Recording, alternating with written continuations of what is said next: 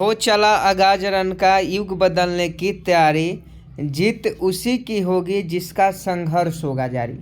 जी हाँ दोस्तों, welcome to my YouTube channel. Bihar police, Bihar दरोगा या आप किसी भी कॉम्पिटिटिव एग्जाम की तैयारी करते हैं जिसमें लूसेंट से क्वेश्चन पूछा जाता है, तो आपके लिए यह वीडियो बहुत ही महत्वपूर्ण है, क्योंकि लूसेंट ऑब्जेक्टिव बुक से जितने भी विविध के क्वेश्चन हैं, जितने भी महत्वपूर्ण क्वेश्चन हैं, वो सभी क्वेश्चन आपको आज के इस वीडियो में हम कराने वाले हैं। तो आप सभी इस वीडियो में शुरू से लेकर अंत तक बने रहिएगा और पीडीएफ इसका आपको टेलीग्राम पर मिल जाएगा। देखिए, आज का पहला क्वेश्चन है कि वह कौन सा देवबंद छात्र विद्वान था जिसने राष्ट्रीय आंदोलन में महत्वपूर्ण हिस्सा लिया। क्वेश्चन का थोड़ा लेवल जो रहेगा वो हाई रहेगा, इसलिए सभी लोग सोच समझ के आंसर करेंगे। और लाइव क्लास है तो लाइव चैट में फटाफट सभी लोग आंसर बताएंगे। तो जल्दी से बताइए कि वह कौन सा देवबंद छात्र विद्वान था जिसने राष्ट्रीय आंदोलन में महत्वपूर्ण हिस्सा लिया। तो इसका सही जवाब अगर अबुल कलाम आज़ाद ऑप्शन ए बता रहे हैं तो आपका बिल्कुल राइट आंसर हो जाएगा। अबुल कलाम आज़ाद ने राष्ट्रीय आंदोलन में महत्वपूर्ण हिस्सा लिया, तो एक का अगर आप ऑप्शन ए बता रहे हैं तो आपका बिल्कुल राइट आंसर हो जाएगा। 2 नंबर क्वेश्चन देख लीजिए। निम्नलिखित में से किसके पक्षधर नेहरू थे किंतु गांधी जी नहीं थे। 2 का सही जवाब बताएं। देखिए, क्वेश्चन उल्टा तरीका से पूछा गया है। क्वेश्चन सीधा पूछा जाता तो सभी लोग जवाब दे देते, लेकिन वही क्वेश्चन का जो लैंग्वेज है थोड़ा सा घुमा दिया जाए तो बहुत सारे बच्चे कंफ्यूज हो जाते हैं, इसलिए सभी लोग सही जवाब देंगे।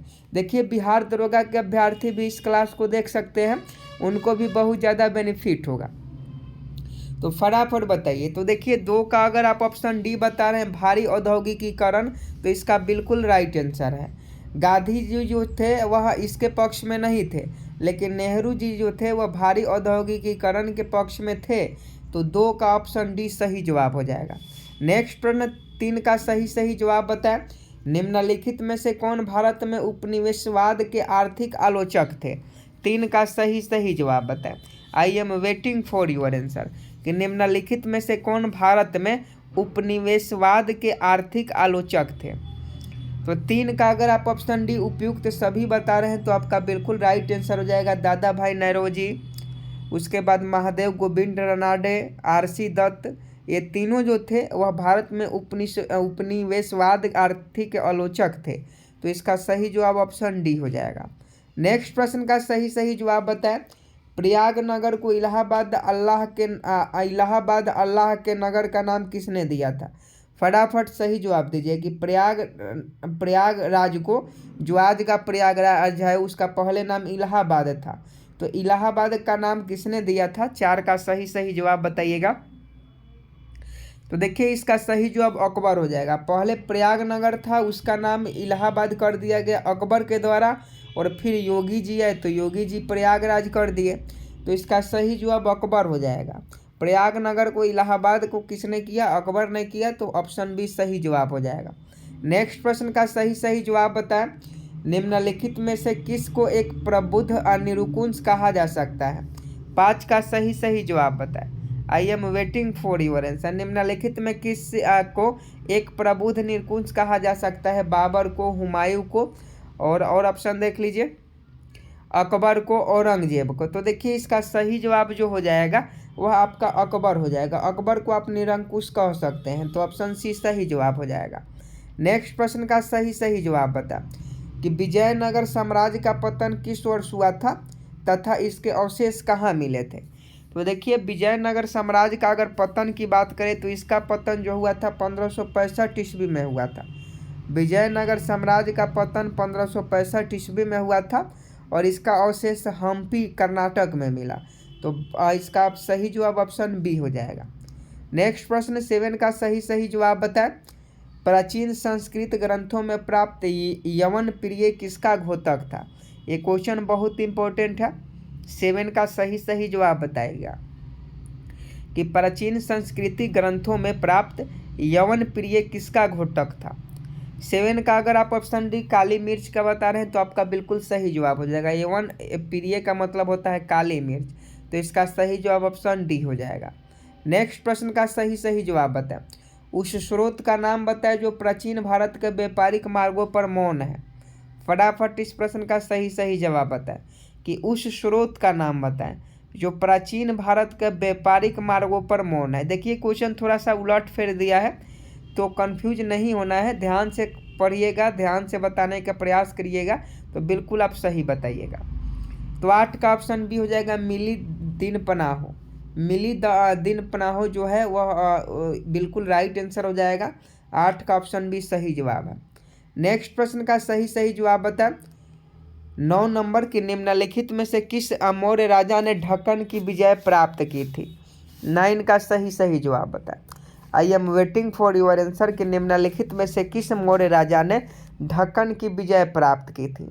तो 9 का अगर आप ऑप्शन भी चंद्रगुप्त बता रहे हैं तो आपका बिल्कुल राइट आंसर हो जाएगा चंद्रगुप्त मौर्य।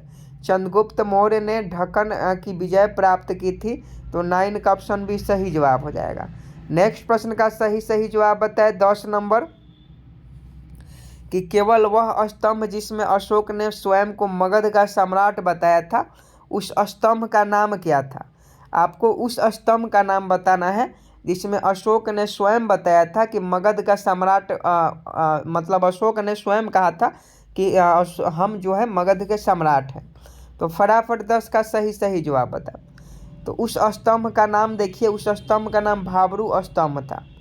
भाबरू स्तंभ उस का नाम था, तो इसका सही जवाब ऑप्शन डी हो जाएगा। इसी स्तंभ में, भाबरू स्तंभ में अशोक ने बताया था कि वह मगध का सम्राट है। नेक्स्ट प्रश्न 11 का सही जवाब बताएं, बहुत इंपॉर्टेंट है। देखते हैं कितने बच्चे इस प्रश्न का सही जवाब बताते हैं कि भारत की सर्वोच्च पर्वत चोटी कौन सी है। 11 का सही जवाब बताएं, भारत की सर्वोच्च पर्वत चोटी कौन सी है। फटाफट इस प्रश्न का सही जवाब बताएं कि भारत की सर्वोच्च पर्वत चोटी कौन सी है। तो देखिए अगर K2 आप बता रहे हैं जिसका नाम गाडविन ऑस्टिन है, तो आपका बिल्कुल सही जवाब है। भारत की सर्वोच्च पर्वत चोटी K2 है, गाडविन ऑस्टिन है। क्वेश्चन बहुत बार पूछा गया है, याद रखिएगा। नेक्स्ट प्रश्न का सही जवाब बता वायुमंडल कई प्रकार के गैसों के मिश्रण से बना है।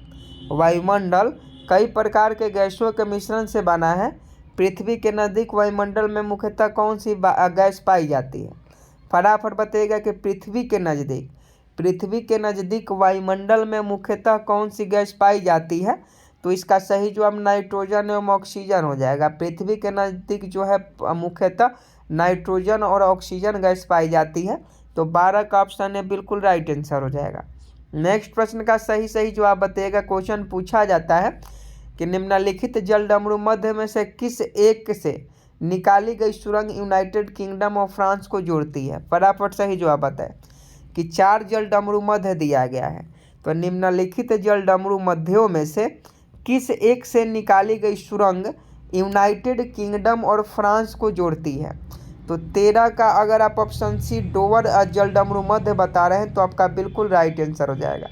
डोवर जलडमरू मध्य आपका बिल्कुल राइट आंसर हो जाएगा। डोवर जलडमरू मध्य जो है वह एक सुरंग से निकाली गई है जो यूनाइटेड किंगडम और फ्रांस को जोड़ती है। नेक्स्ट प्रश्न का सही जवाब बताएं कि ज्योग्राफी का क्वेश्चन है, संसार का सर्वाधिक सक्रिय ज्वालामुखी कौन है। क्वेश्चन बहुत इंपॉर्टेंट है, कई बार एग्जाम में पूछा भी गया है कि संसार का सर्वाधिक सक्रिय ज्वालामुखी कौन है। तो देखिए 14 का अगर आप ऑप्शन सी किलिउ बता रहे हैं तो आपका बिल्कुल राइट आंसर। संसार की सबसे जो सक्रिय ज्वालामुखी है वह किलिउ है, कोटोपैक्सी नहीं है। तो 14 का ऑप्शन सी सही जवाब हो जाएगा। नेक्स्ट प्रश्न 15 का सही जवाब बताइए, ग्वादर पतन किस देश में है। ग्वादर पतन किस देश में है। फटाफट 15 का सही जवाब बताएं। तो इसका सही जवाब पाकिस्तान हो जाएगा। ग्वादर पतन जो है, ग्वादर पतन ये पाकिस्तान देश में स्थित है। नेक्स्ट प्रश्न का सही जवाब बताएं, टोर्नेडो बहुत प्रबल उष्णकटिबंधीय चक्रवात है जो उठता है। फटाफट सही जवाब बताएं कि टोर्नेडो बहुत प्रबल उष्णकटिबंधीय चक्रवात है जो उठता है। तो इसका सही जवाब कैरिबियन सागर में हो जाएगा। टोर्नेडो एक प्रकार का प्रबल उष्णकटिबंधीय चक्रवात है जो कैरिबियन सागर में उठता है। तो 16 का ऑप्शन है सही जवाब हो जाएगा। नेक्स्ट प्रश्न का सही जवाब बताएं कि निम्नलिखित में कौन सुमेलित नहीं है। तो कौन सा सुमेलित नहीं है? तो देखिए खार्तूम नील है, बिल्कुल सही है। न्यूयॉर्क हडसन नदी के किनारे है, खार्तूम नील नदी के किनारे है। बर्लिन स्प्रिंग नदी के किनारे है, लेकिन सिडनी जो है वह सीन नदी के किनारे नहीं है। तो ये आपका बिल्कुल सुमेलित नहीं है। तो ऑप्शन डी इस प्रश्न का सही जवाब हो जाएगा। नेक्स्ट प्रश्न 18 का सही जवाब बताएं। विश्व का सबसे गहरा समुद्र गत कौन है? 18 का सही जवाब बताएं कि विश्व का सबसे गहरा समुद्र गत कौन है? तो 18 का ऑप्शन भी चैलेंजर हो जाएगा। चैलेंजर जो है वह विश्व का सबसे गहरा समुद्र गत है। तो चैलेंजर आपका बिल्कुल राइट आंसर हो जाएगा। नेक्स्ट प्रश्न 19 का सही जवाब बताएं। भारतीय संघवाद निकट है। भारतीय संघवाद निकट है, फटाफट सही जवाब बताएं कि भारतीय संघवाद निकट है। तो 19 का सही जवाब क्या हो जाएगा? तो ऑप्शन है कनाडा के हो जाएगा। भारतीय संघवाद जो है वह कनाडा के निकट है। तो कनाडा आपका बिल्कुल राइट आंसर हो जाएगा। नेक्स्ट प्रश्न 20 का सही जवाब बताएं। राष्ट्रपति को निम्न में से किस मामले में संपूर्ण वीटो प्राप्त है?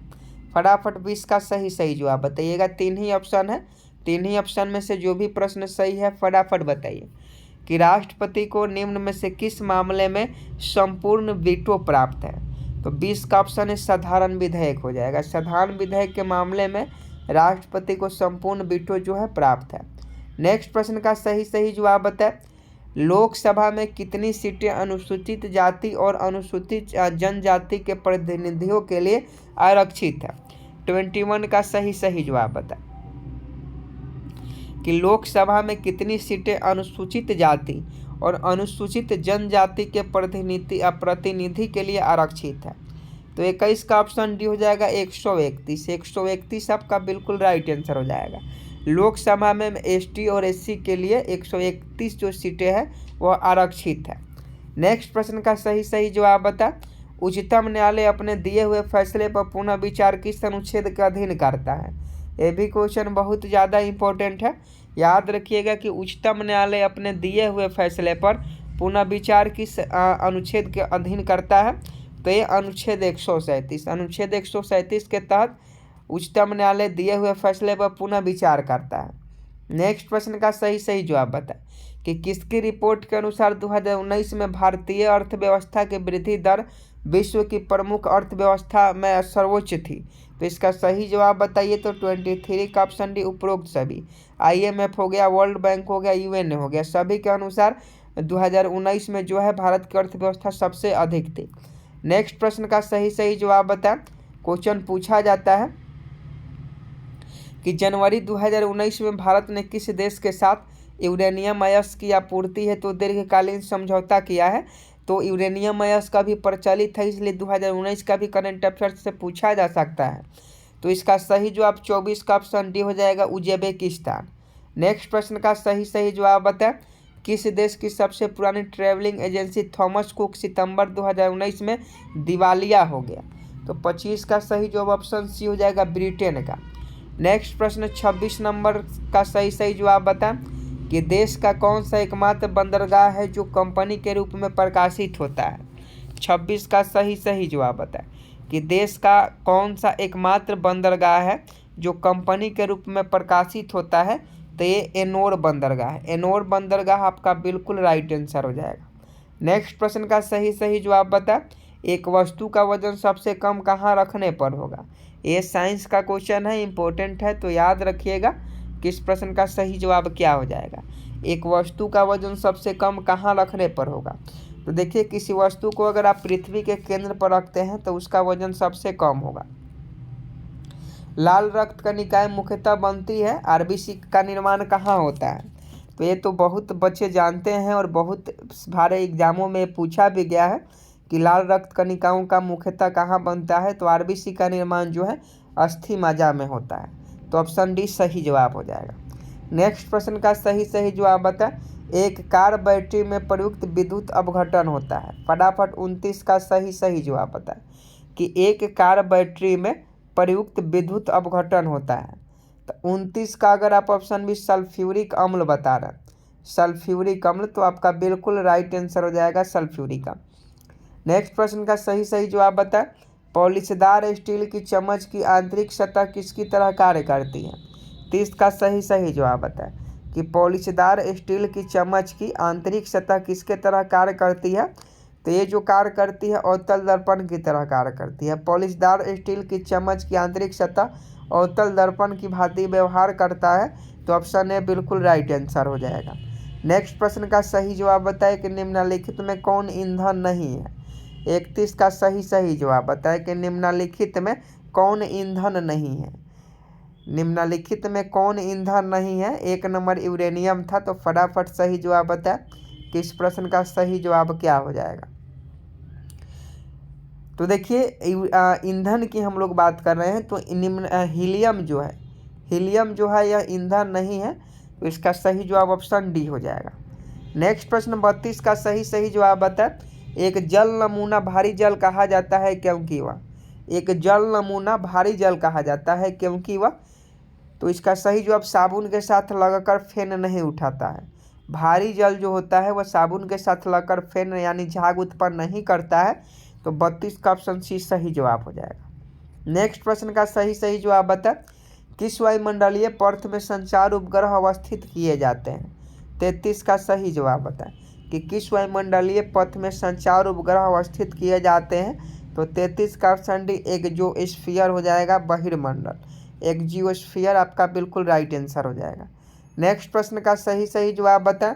फसलों में पर्णीय छिड़काव के लिए सबसे उपयुक्त उर्वरक है। फटाफट बताइए कि फसलों में पर्णीय छिड़काव के लिए सबसे उपयुक्त उर्वरक क्या है। तो ये आपका यूरिया है। तो यूरिया आपका बिल्कुल राइट आंसर हो जाएगा। नेक्स्ट प्रश्न का सही जवाब बताएं। कार्बन डेटिंग में कौन सा सिद्धांत प्रयुक्त होता है। कार्बन डेटिंग विधि जिससे हम लोग जीवाश्म ईंधन का एज पता करते हैं उसमें किसका सिद्धांत प्रयुक्त होता है। तो ये रेडियो सक्रियता के सिद्धांत पर कार्य करता है। तो 35 का ऑप्शन डी सही जवाब हो जाएगा, रेडियो सक्रियता। नेक्स्ट प्रश्न देख लीजिए कि कोविड-19 के प्रकोप के कारण भारतीय महिला क्रिकेट टीम ने यहाँ ये पिछला क्वेश्चन है। नेक्स्ट प्रश्न का सही जवाब बताएं कि राष्ट्रीय सुपर कंप्यूटिंग मिशन के तहत हाल ही में कितने सुपर कंप्यूटर की स्थापना की गई है। 45 का सही जवाब बताएंगे। तो देखिए 45 का सही जवाब क्या हो जाएगा, ऑप्शन बी हो जाएगा। 3 सुपर कंप्यूटर की स्थापना की गई है। द राइट्स ऑफ मैन पुस्तक के लेखक कौन है। फटाफट सही जवाब बता कि द राइट्स ऑफ मैन पुस्तक के लेखक कौन है। तो ये जो है वह टॉमस पेन है। द राइट ऑफ मैन पुस्तक के लेखक टॉमस पेन है। नेक्स्ट प्रश्न का सही जवाब बता शेयर बाजारों की स्थापना करने वाला पहला देश कौन था। तो देखिए शेयर बाजार की स्थापना करने वाला पहला देश, तो देखिए शेयर बाजार की जो स्थापना करने वाला पहला देश था वह नीदरलैंड था। तो शेयर बाजार से संबंधित भी क्वेश्चन पूछा जा सकता है। अमेरिका के इतिहास में एकमात्र अनिर्वाचित राष्ट्रपति कौन थे। फटाफट सही जवाब बताएं कि अमेरिका के इतिहास में एकमात्र अनिर्वाचित राष्ट्रपति कौन थे।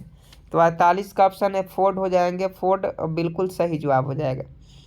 नेक्स्ट प्रश्न का सही जवाब बताएं निम्न में कौन सा मिलान गलत है, आपको बताना है। तो देखिए हजारों हाथियों का भूमि लायोस को कहा जाता है। पवित्र भूमि जेरूशलम को बिल्कुल सही है। मोतियों का द्वीप बहरीन को कहा जाता है, लेकिन सांपों का देश पेरू को नहीं कहा जाता है। तो ऑप्शन डी का जो मिलान है वो गलत है। आज का लास्ट प्रश्न 50 नंबर है। निम्न में कौन सा मिलान गलत है। तो सबसे पहले देख लीजिए स्वर्ण मंदिर कहाँ है। तो स्वर्ण मंदिर अमृतसर में है।